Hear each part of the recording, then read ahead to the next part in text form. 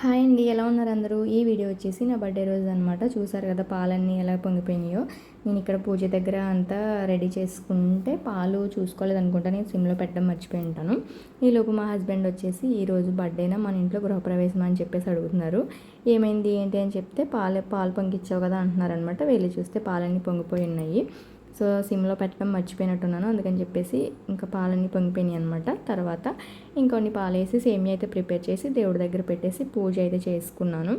ఇంకా రెడీ అయిపోయి మేమైతే చొప్పెల్ల వెళ్తున్నాం అనమాట. ఇంట్లో పూజ చేయడం కంప్లీట్ అయిపోయిన తర్వాత టెంపుల్కి అయితే వెళ్తున్నాము. టెంపుల్ పక్కనే పార్క్ ఉంటే అక్కడికైతే వచ్చాము.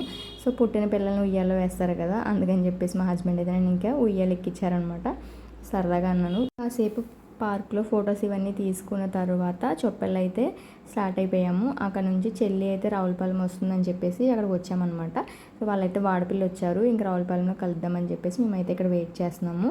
ఈ ఎండకు చూసారు కదా చాలా దారుణంగా ఉంది. ఇదిగోండి ఇంకా చెల్లి వాళ్ళు అయితే వచ్చేసారు. ఇంకా చెల్లి, వదిన వాళ్ళు, అత్తయ్య అందరూ అయితే వచ్చారనమాట. వాళ్ళందరూ గుడికి వెళ్ళి అక్కడైతే ఆగారు. సో నేను వెళ్ళి వాళ్ళతో కాసేపు అయితే మాట్లాడాను. ఇది ఉరమల వెళ్ళడానికి అని చెప్పేసి ఇక్కడ బస్సులు ఆగుతాయి అనమాట, ఆ ప్లేస్లో అయితే ఆగారు వాళ్ళు. సో అక్కడికి వెళ్ళి వాళ్ళతో కాసేపు అయితే మాట్లాడాను. యాక్చువల్లీ నేనే కేసన్పూర్ అయితే వెళ్ళాలి, నా బర్త్డే టైంకి అక్కడికి వెళ్దాం అనుకున్నాను కానీ నాకు కుదరలేదు. ఇంక ఇలా అనుకోకుండా చెల్లి వాళ్ళు వస్తున్నారని చెప్పేసి ముందు రోజు తెలిసింది. ఇంకా చెల్లి అక్కడికి వస్తుంది కదా అని చెప్పేసి నేను కూడా వెళ్ళాను అనమాట. సో ఇంక అక్కడ కాసేపు అలా మాట్లాడుకుని తర్వాత అయితే వచ్చేసాము. అంటే చొప్పెల్లో డోకరా పని ఒకటి ఉందన్నమాట, దానికోసం ఫోన్స్ వచ్చేస్తున్నాయని చెప్పేసి ఇంకా నేను ఫాస్ట్గా స్టార్ట్ అయ్యి అయితే వచ్చేసాము. తంబేయాలన్నారని చెప్పేసి ఇంకా ఈవినింగ్ అయితే మా కార్తిక్ బాబు అయితే నా కోసం కేక్ అయితే తెప్పించాడు. వాడు మార్నింగ్ నుంచి పెద్దమ్మ కేక్ కట్ చేయాలి అంటున్నాడని చెప్పేసి ఇంకా రమ్య అయితే కేక్ తెప్పించింది అనమాట.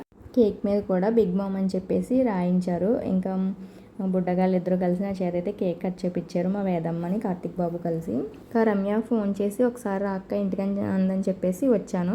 ఇంకా వచ్చిన తర్వాత అయితే ఇలా కేక్ కట్ చేపించారు. మేమైతే బర్త్డేలు అది పెద్దగా సెలబ్రేట్ చేసుకోము. అంటే నార్మల్గా కొత్త డ్రెస్ వేసుకోవడము, గుడికి వెళ్ళడము, ఎవరికైనా చాక్లెట్స్, స్వీట్స్ ఇలా పంచిపెట్టడం ఇవి తప్పితే కేక్ కట్ చేయడం అది ఒక 25 years వరకు అయితే ఏమీ లేవన్నమాట. లాస్ట్ 3 yearsలోనే నేను ఇలా కేక్ కట్ చేయడము అది చేశాను. ఇంకా లాస్ట్లో చూసారు కదా మా కార్తీక్ మొత్తం కేక్ని ఎలా చేశాడు.